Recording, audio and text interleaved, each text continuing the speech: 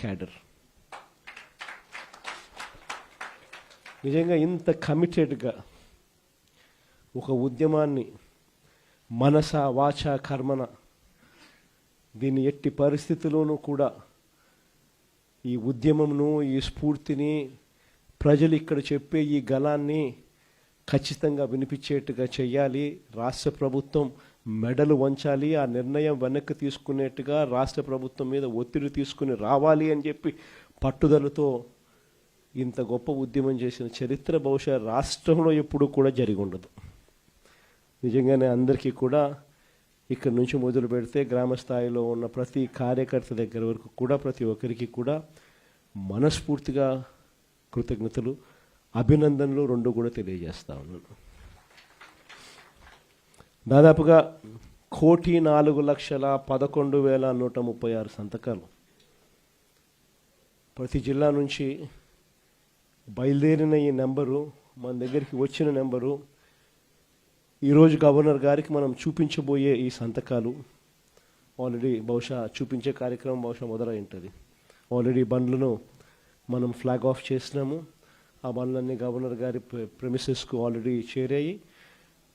అక్కడ గవర్నర్ గారి సిబ్బంది ఆ సంతకాలు పెట్టిన వ్యాన్స్ను అంతా కూడా వాళ్ళు చూస్తూ ఉండింటారు. బహుశా 1,04,11,136 సంతకాల 1,04,11,136 సంతకాలు చేసిన పత్రాలు ఈరోజు నిజంగా ఇదొక ఘటం, చరిత్రలో నిలిచిపోయే ఒక ఘటం.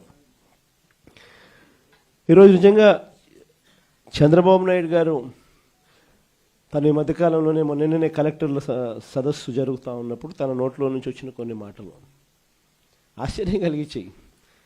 ప్రజల్లో గ్రాఫ్ చాలా పడిపోతూ ఉంది, దానికి కారణం కలెక్టర్ల పనితీరు సరిగ్గా లేదు అని చెప్పే పరిస్థితిలో చెప్తా ఉన్నాడు.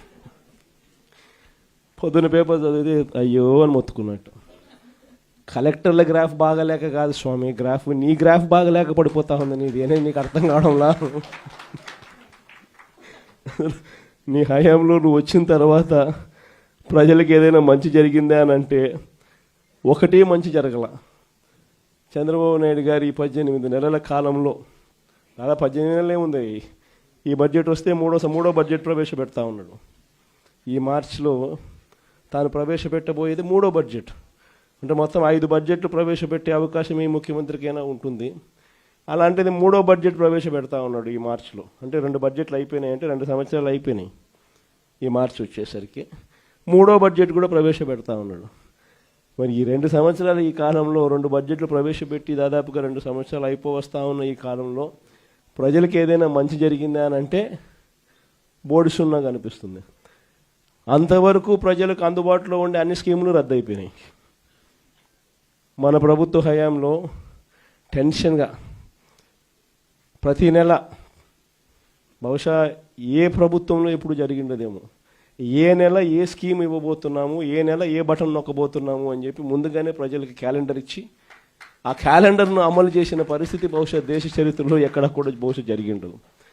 అలాంటి మన పాలన చూసి చంద్రబాబు నాయుడు గారు అవన్నీ చేయడమే కాకుండా ఏముంది జగన్ చేసే పని ఎవడైనా చేయొచ్చు, ఇంట్లో ముసలోళ్ళైనా చేయొచ్చు అని చెప్పి అన్నాడు. అవన్నీ చేయడమే కాకుండా నేను సూపర్ 6 సూపర్ 7 కూడా హామీలు అమలు చేస్తానని చెప్పిన వ్యక్తి ఈ 22 ఏళ్ళు కావస్తా ఉన్న ఈ సమయంలో చంద్రబాబు నాయుడు గారి హయాంలో జరిగింది ఏమిటి అని అంటే అన్ని పథకాలు గతంలో జరిగే అన్ని పథకాలు రద్దు కావడం, సూపర్ 6 సూపర్ 7 మోసాలుగా మిగిలిపోవడం, పైగా వ్యవస్థలన్నీ పూర్తిగా నీరు గారిపోవడం, నిర్వీర్యమైపోవడం. ఈ 3 చూసాం మనం. అందుకే చంద్రబాబు నాయుడు గ్రాఫ్ ఈరోజు ఎంత లేపినా కూడా గ్రాఫ్ లేయడంలా పైకి. ఎందుకంటే అన్ని అబద్ధాలు అన్ని మోసాలు అని చెప్పి ప్రజలకు అర్థమైపోతూ ఉంది, కనిపిస్తూ ఉంది. కాబట్టి అసలు మొట్టమొదటిసారిగా వ్యవస్థలన్నీ కూడా కుప్పకూలిపోయిన పరిస్థితి చూస్తూ ఉన్నాం. ప్రజలకు సంబంధించిన ఆరోగ్యశ్రీ తెరమరుగైపోతూ ఉంది. ప్రజలకు సంబంధించిన ఫీజు రీయింబర్స్మెంట్, పిల్లలకు సంబంధించిన ఫీజు రీయింబర్స్ బకాయిలతో పిల్లలు చదువులు ఆగిపోతూ ఉన్నాయి. ఏ రైతుకు గిట్టుబాటు ధరలు రాని పరిస్థితి. సూపర్ 6 సూపర్ 7తో అన్ని రకాలుగా మోసాలు. సో మొత్తం ప్రభుత్వం అన్నది ఎందుకుంది అనేది ఒకసారి గమనిస్తే కొన్ని ఆశ్చర్యకరమైన విషయాలు కనిపిస్తాయి. నాకు కూడా ఒక్కొక్కసారి మీ అందరికీ కూడా ఎప్పుడన్నా అనిపించుంటుంది. ప్రపంచం దేశమంతా చూస్తూ ఉన్నాం, అన్ని రాష్ట్రాలు చూస్తూ ఉన్నాం. ప్రభుత్వం స్కూల్ ఎందుకు నడుపుతుందో ఎప్పుడన్నా ఆలోచన వచ్చిందా మీకు? ప్రభుత్వం ఎందుకు హాస్పిటల్ నడుపుతుందో, ప్రభుత్వం ఎందుకు ఆర్టీసీ బస్సులు నడుపుతుంది? దశాబ్దాలుగా ఈ బుద్ధగా నేను చెప్పేది. స్వతంత్రం వచ్చినప్పటి నుంచి ఇన్ని చూస్తూ ఉన్నాం మనము. ఎన్నెన్నో రాష్ట్రాలు చూస్తూ ఉన్నాం. అన్ని రాష్ట్రాల్లో కూడా ప్రభుత్వ పని ఏమిటి అని అంటే ప్రజలకు ప్రభుత్వ పని ఏమిటి అని అంటే ఒకవేళ ప్రభుత్వమే స్కూళ్ళు నడపకపోతే, ప్రభుత్వమే ఒకవేళ హాస్పిటల్ నడపకపోతే, ప్రభుత్వమే ఒకవేళ ఆర్టీసీ బస్సులు నడపకపోతే జరిగేదేమిటి? ప్రైవేట్ ఎక్స్‌ప్లాయిటేషన్ అన్నది దోచేసే కార్యక్రమం జరుగుతుంది. పేద మధ్యతరగతి ప్రజలు పూర్తిగా కూడా ఏది కూడా విద్య కానీ, వైద్యం కానీ, పబ్లిక్ ట్రాన్స్పోర్ట్ కానీ ఇవేవి కూడా ప్రజలకు అందుబాటులో లేకుండా పోయే పరిస్థితి ఉంటుంది. వాటికి చెక్ పెట్టడం కోసం ప్రభుత్వం ఇవన్నీ కూడా తాను ఇన్వాల్వ్ అయి తాను నడిపే కార్యక్రమం చేస్తుంది. ఇది మనకు అందరికీ కూడా కనిపించే విషయాలు.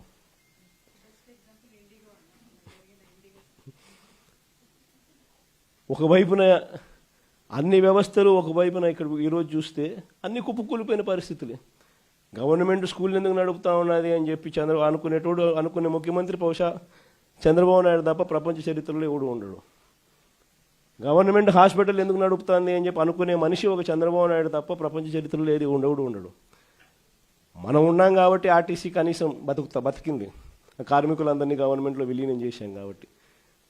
మనం విలీనం చేయకపోయింటే చంద్రబాబు నాయుడు గారు కానీ వచ్చిందంటే ఆర్టీసీ కూడా ఈ పాటికి అమ్మేసి ఉంటాడు. మొన్నేదో ఆశ్చర్యకరంగా ఆయన నోట్లో నుంచి విన్న పోలీస్ శాఖను కూడా ప్రైవేటైజ్ చేసే కార్యక్రమం చేస్తున్నాను నేను.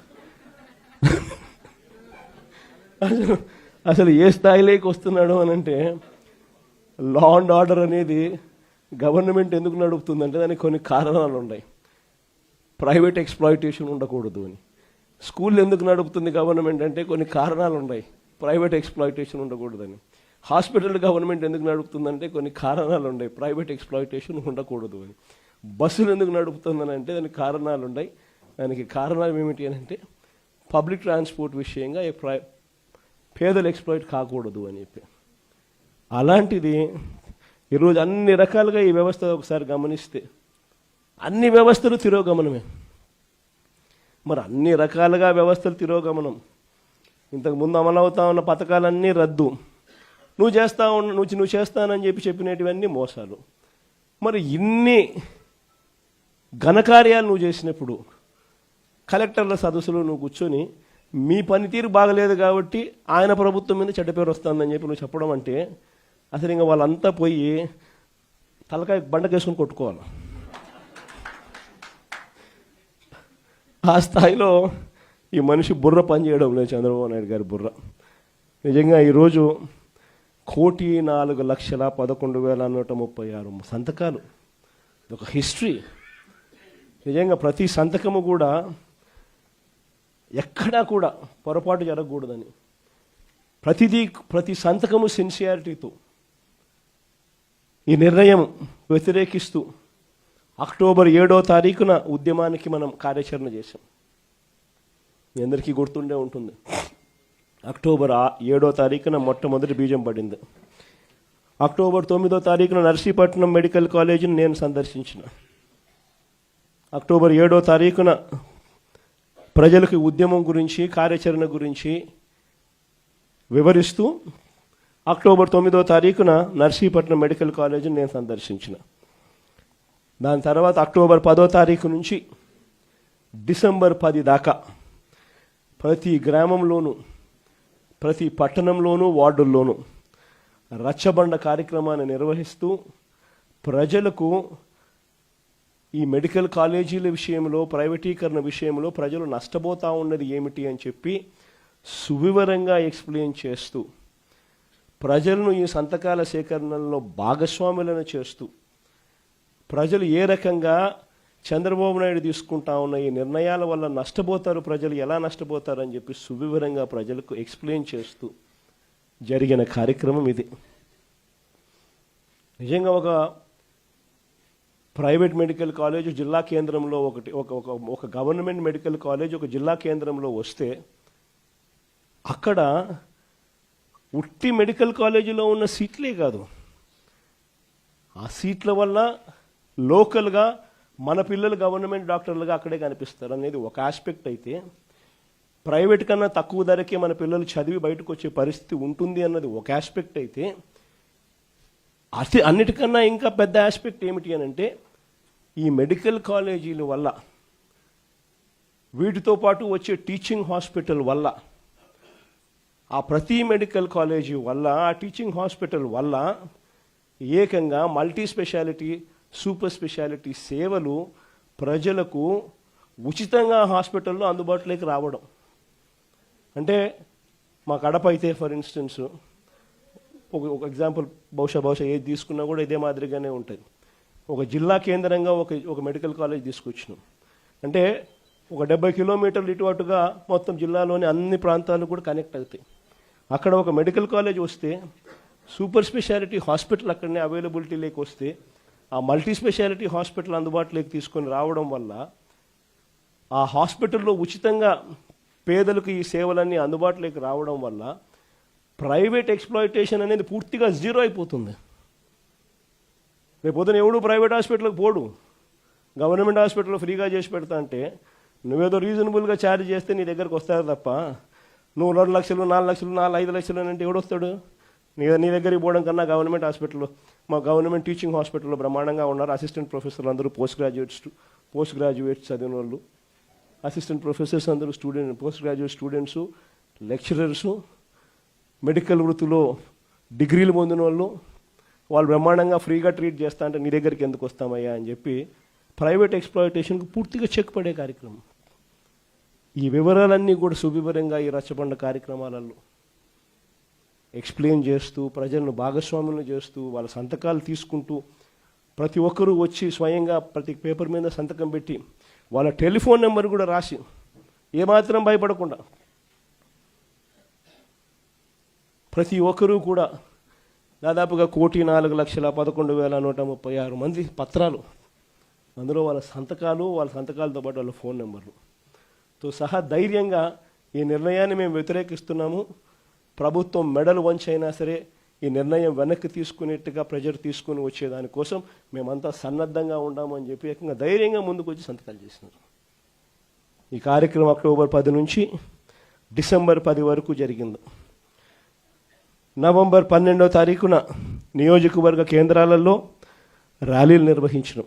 175 నియోజకవర్గాలలో కూడా నవంబర్ 12వ తారీఖున జరుగుతూ ఉన్న ఈ కార్యక్రమానికి ప్రజల్లో ఇంకా అవేర్నెస్ క్రియేట్ కావడం కోసం అని చెప్పి ప్రతి నియోజకవర్గంలోనూ నవంబర్ 12వ తారీఖున ర్యాలీలు నిర్వహించడం. మళ్ళీ ఈ నెల 10వ తారీఖున, డిసెంబర్ నెల 10వ తారీఖున మళ్ళీ 175 నియోజకవర్గాలలో ర్యాలీలు నిర్వహిస్తూ ఈ బండ్లను జిల్లా కేంద్రాలకు పంపించే కార్యక్రమానికి శ్రీకారం చుట్టాం. మళ్ళీ ఈ నెల 15వ తారీఖున జిల్లా కేంద్రాలలో కూడా ఇదే రకమైన ర్యాలీలు నిర్వహిస్తూ ప్రజల్లో అవేర్నెస్ క్రియేట్ చేస్తూ ఇక్కడ నుంచి జిల్లా కేంద్రాల నుంచి ఏకంగా ఈ బండ్లు మన దగ్గరికి వచ్చే కార్యక్రమానికి శ్రీకారం చుట్టడం జరిగింది. దాని తర్వాత ఈరోజు మీ అందరి సమక్షంలో మళ్ళీ మనం ఇక్కడ నుంచి బండ్లను గవర్నర్ గారి దగ్గరికి పంపించడం, ఆయనకు చూపించడం కొరకు పంపించడం రెండూ చేస్తున్నాం. గవర్నర్ గారికి ఒక్కసారి పత్రాలన్నీ చూపించిన తర్వాత, ఆయనకు చెప్పిన తర్వాత, చూపించిన తర్వాత ఈ పత్రాలన్నీ కూడా కోర్టు ద్వారాలు కూడా తడతాయి.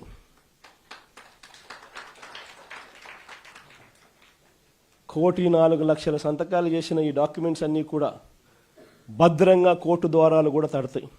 కోర్టులో కూడా పిటిషన్ వేస్తాం. 1,04,00,000 సంతకాలు రెడీగా ఉన్నాయి. మీరు ఎప్పుడు అడిగితే అప్పుడు అఫిడవిట్లు మీకు చూపించేదానికి బండ్లన్నీ రెడీగా వచ్చి మీకు చూపిస్తాయని చెప్పి కూడా కోర్టులో కూడా అఫిడవిట్ కూడా వేయడం కూడా జరుగుతుంది.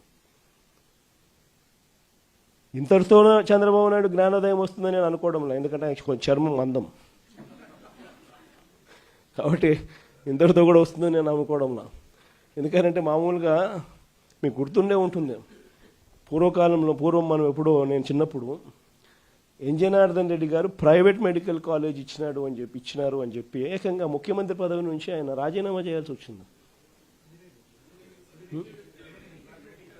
ప్రైవేట్ మెడికల్ కాలేజ్ ఇచ్చినారని రాజీనామా చేయాల్సి వచ్చింది. నాకు అప్పుడు నేను చాలా చిన్నపిల్లోని, అప్పుడే నేను అనుకుంటా ఉంటే ఒక ప్రైవేట్ ఒక కాలేజు, ఈరోజు ఈయనకు సిగ్గు లేదు, ఇంకొకటి లేదు, ఏకంగా లెఫ్ట్ రైట్ సెంటర్ గవర్నమెంట్ ఆస్తులను నేను ఇచ్చేస్తున్నాను అని చెప్పి స్కాములు చేయడానికి ఏమాత్రం వెనకడుగు వేయడంలా. ఇచ్చేసే కార్యక్రమం చెనిక్కాయలకు బెల్లాలకు ఇచ్చేయడమే కాకుండా స్కాముల్లో ఇంకా అన్నిటికన్నా దారుణమైన స్కామ్ ఏమిటో తెలుసా? నువ్వు ప్రైవేట్ వాళ్ళకి కాలేజీలు ఇచ్చేసిన తర్వాత ఆ ప్రైవేట్ కాలేజీలు వాళ్ళు ప్రైవేట్ కాలేజీలు ఇది నడిపేటప్పుడు వాళ్ళ జీతాలు నువ్వు ఇస్తావంట. అది ఇంకా పెద్ద స్కామ్. నువ్వు ప్రైవేట్ వానికి ఇచ్చేసిన తర్వాత ఆ private college private teaching hospital వాళ్ళు నడిపేటప్పుడు వాళ్ళ జీతాలు గవర్నమెంట్ ఇస్తుందంట. అంటే నెలకు ఒక్కొక్క కాలేజీలో కనీసం 5 కోట్లు జీతం మినిమం. అంటే నెలకు సంవత్సరానికి ఒక్కొక్క కాలేజీకి 60 కోట్లు, 2 ఏళ్ల పాటు కనీసం అంటే 120 కోట్లు ఒక్కొక్క కాలేజీకి ఎదురు వస్తుందన్నట. చెనిక్కాయలకు బెల్లాలకు ఈయన మనిషికి కాలేజీలు కట్టబెట్టడమే కాకుండా మళ్ళా ఎదురు 120 కోట్ల రూపాయలు ఎదురిస్తున్నాడు. ఇది ఇంతకన్నా ఇంకా స్కామ్, ఇంతకన్నా దారుణమైన పరిస్థితి ఎక్కడైనా ఉంటుందని అడుగుతా ఉన్నా. ఇవన్నీ రేపొద్దున మనం ఇన్ని ప్రయత్నాలు చేసిన తర్వాత కూడా ఎక్కడన్నా కూడా చంద్రబాబు నాయుడు వినకుండా దీనికి ముందుకు తీసుకొని పోతే మాత్రం ఆ తర్వాత కాలేజీలు తీసుకున్నోడిని మాత్రం మనం అధికారంలోకి వచ్చిన వెంటనే 2 నెలలు తిరగక మునిపే అందరు జైళ్ళల్లో ఉంటారు. ఆ కాలేజీలు తీసుకున్న వాళ్ళు మాత్రం. స్కాములు అనేది మదర్ ఆఫ్ ఆల్ స్కామ్స్ కింద ఇది నిరూపితమవుతుంది.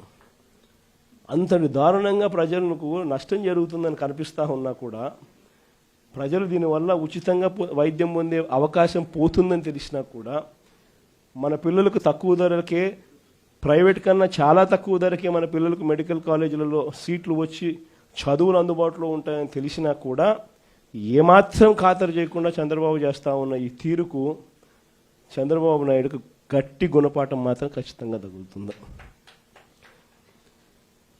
మరి ముఖ్యంగా ఈ విషయాలన్నీ చెప్పడానికి మిమ్మల్ని అందరికీ మీ ద్వారా ప్రతి కార్యకర్తకు ప్రతి గ్రామంలోనూ కూడా అభినందనలు కూడా తెలియజేయడం కోసం అని చెప్పి మిమ్మల్ని అందరినీ కూడా ఆహ్వానించడం జరిగింది. గవర్నర్ గారి దగ్గరికి పోయే కార్యక్రమం ఏదైతే ఉందో అందరినీ వాళ్ళు పర్మిషన్ అయితే ఇవ్వలేరు కాబట్టి 40 మందికి మాత్రమే వాళ్ళు పర్మిషన్ ఇచ్చినారు.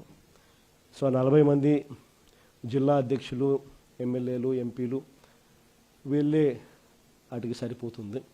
కానీ పోయే ముందు అందరం కూడా అంబేద్కర్ గారి విగ్రహానికి ఒకసారి ఆయన విగ్రహం దగ్గరికి పోయి ఆయన దగ్గరికి పోయి జరుగుతూ ఉన్న అన్యాయాన్ని అంబేద్కర్ గారి పాదాల చెంతనో అంబేద్కర్ గారి విగ్రహం దగ్గరనో చేస్తాం. సో అక్కడి నుంచి గవర్నర్ దగ్గరికి అనేది పక్కనే ఒక 300 మీటర్లు ఉంటాయి. సో అంబేద్కర్ గారి విగ్రహం దగ్గర వరకు అందరం పోదాము. అక్కడ అంబేద్కర్ గారి విగ్రహం దగ్గర మనం పెట్టే ఈ విన్నపాన్ని పెట్టే కార్యక్రమం ఏదైతే ఉందో అది కూడా అందరం కలిసి చేద్దాము. దాని తర్వాత ఒక 40 మంది ఎవరికైతే పర్మిషన్ అయితే ఉందో వాళ్ళు నేను మాత్రం అక్కడి నుంచి గవర్నర్ గారి దగ్గరికి పోయే కార్యక్రమం చేస్తాం. సో అటుకి ఆ కార్యక్రమం ఈ ఘట్టం ఇంతవరకు పూర్తవుతుంది. దీని తర్వాత కోర్టులో చేసే యుద్ధం స్టార్ట్ అవుతుంది. ఈ లోపల చంద్రబాబు నాయుడు ఇంకా మనసు మార్చుకోకుండా ఇంకా అడుగులు ముందుకు వేసే కార్యక్రమం చేస్తూ ఉంటే నియోజకవర్గ స్థాయిలోను జిల్లా స్థాయిలోను ప్రొటెస్ట్ కార్యక్రమాల్లో భాగంగా మళ్ళీ మనం ప్రజల మధ్యన నిల్చొని ఉద్యమాలు చేసే కార్యక్రమాలు కూడా కొనసాగుతుంది. సో as far as ఈ టాపిక్ ఈస్ కన్సర్న్,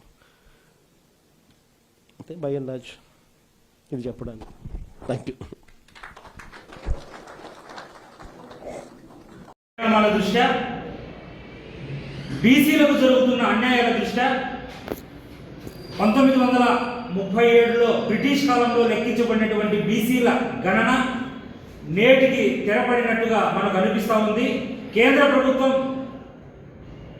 ప్రజాగణనలో భాగంగా బీసీల యొక్క కులగణన కూడా చేపట్టాలనే ఉద్దేశంతో, అన్ని కులాలను కూడా గణించాలనే ఉద్దేశంతో సానుకూలంగా ఉన్నటువంటి నేపథ్యంలో ఆంధ్రప్రదేశ్లో బీసీల కులగణనను చేయడానికి ప్రత్యేకంగా ఒక కమిషన్ ఏర్పాటు చేసి బీసీలను సమగ్రంగా వారి యొక్క కులాలకు దామాషా ప్రకారంగా లెక్కించి ఆ లెక్కలన్నీ చాలా వివరణాత్మకంగా ప్రభుత్వం బయటపెట్టి వారికి జనాభా దామాషా ప్రకారం అందాల్సినటువంటి రిజర్వేషన్ల శాతాన్ని, విద్య, ఉద్యోగం, ఉపాధి అవకాశాలతో పాటు రాజకీయ రంగాలలో కూడా పంచాయతీ నుంచి పార్లమెంటు దాకా అన్ని రంగాల్లో జనాభా దామాషా ప్రకారం వాళ్ళకి వారి యొక్క రిజర్వేషన్ అందించాలని చెప్పేసి బహుజన సేనగా మేము డిమాండ్ చేస్తున్నాం.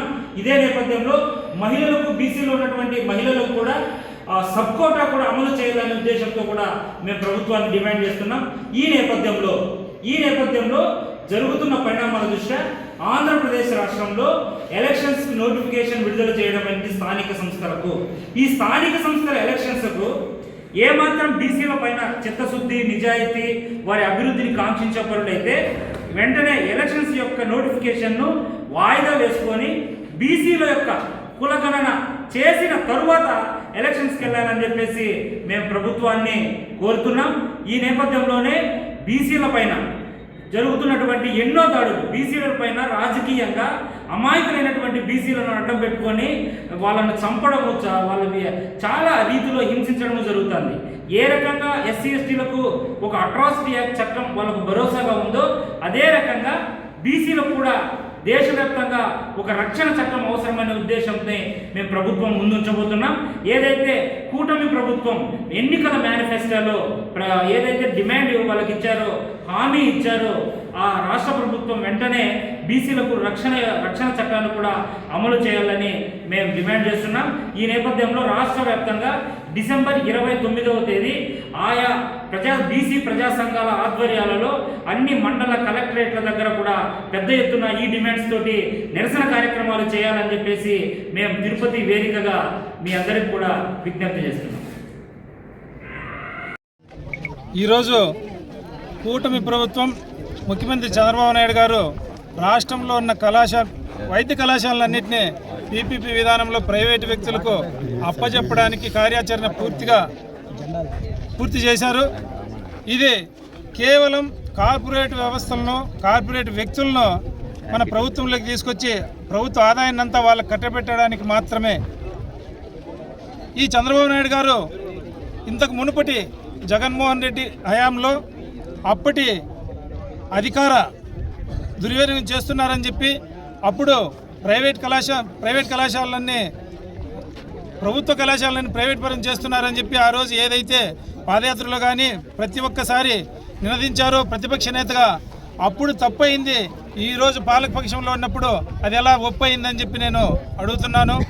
అదేవిధంగా వీళ్ళు బీజేపీ వారి మోచేతి నీళ్లు తాగుతూ వారి కనుసన్నల్లో ఈరోజు అదానిని కూడా మొన్న పిలుచుకొచ్చి దాదాపు ప్రజాపాలన వదిలేసి వాళ్ళ గెస్ట్ హౌస్లో కూర్చోబెట్టి మాట్లాడి ఏదైతే అప్పచెప్పాలని చెప్పి దిశానిర్దేశం చేసుకున్నారో తెలియదు. కానీ బీజేపీ కనుసన్నల్లోనే ఈరోజు కార్పొరేట్ వ్యవస్థలకు, ప్రభుత్వ సంస్థలన్నింటినీ ప్రైవేట్ పరం చేయడానికి పూనుకుంటున్న ఈ చంద్రబాబు నాయుడు గారు వెంటనే దీన్ని పునరాలోచన చేయాలి. ఈ ప్రభుత్వ మెడికల్ కళాశాలలు ప్రైవేట్ వ్యక్తులకు ఇస్తే పేద విద్యార్థులకు కానీ, పేద రోగులకు కానీ ఎలాంటి మేలు జరగదు. రాబో రోజుల్లో పేద విద్యార్థులు ఉద్యోగాలు లేక నష్టపోతారు, పేద మెడికల్ సీట్లు లేక నష్టపోతారు, అదేవిధంగా పేద ప్రజలు వైద్యం లేక నష్టపోతారు. ఈ విధానాన్ని చంద్రబాబు నాయుడు గారు వెంటనే నిలిపేయాలి.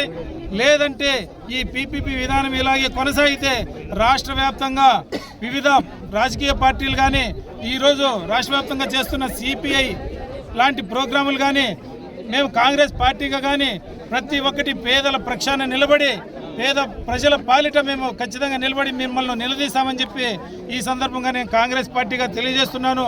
మీరు ఖచ్చితంగా పీపీపీ విధానాన్ని వెనక్కి తీసుకోవాల్సిందే. లేదంటే ఈ 509 జీవో ద్వారా మీరు వెనక్కి తీసుకోకపోతే మీరు తీవ్రంగా నష్టపోతారు. ప్రజలు కూడా తీవ్రంగా నష్టపోయే పరిస్థితి ఉంది కాబట్టి ప్రజలు అర్థం చేసుకుంటారు. దీని ద్వారా మీరు ప్రజలకు వెన్నుపోటు పొడుస్తున్నారని చెప్పి ఈ సందర్భంగా నేను తెలియజేస్తూ మీరు ఖచ్చితంగా జీవోని వెనక్కి తీసుకోవాల్సిందే. ప్రభుత్వ ఆధీనంలోనే ఈ వైద్య కళాశాలలన్నీ నడపాల్సిందే అని చెప్పి నేను ప్రభుత్వాన్ని గట్టిగా డిమాండ్ చేస్తున్నాను.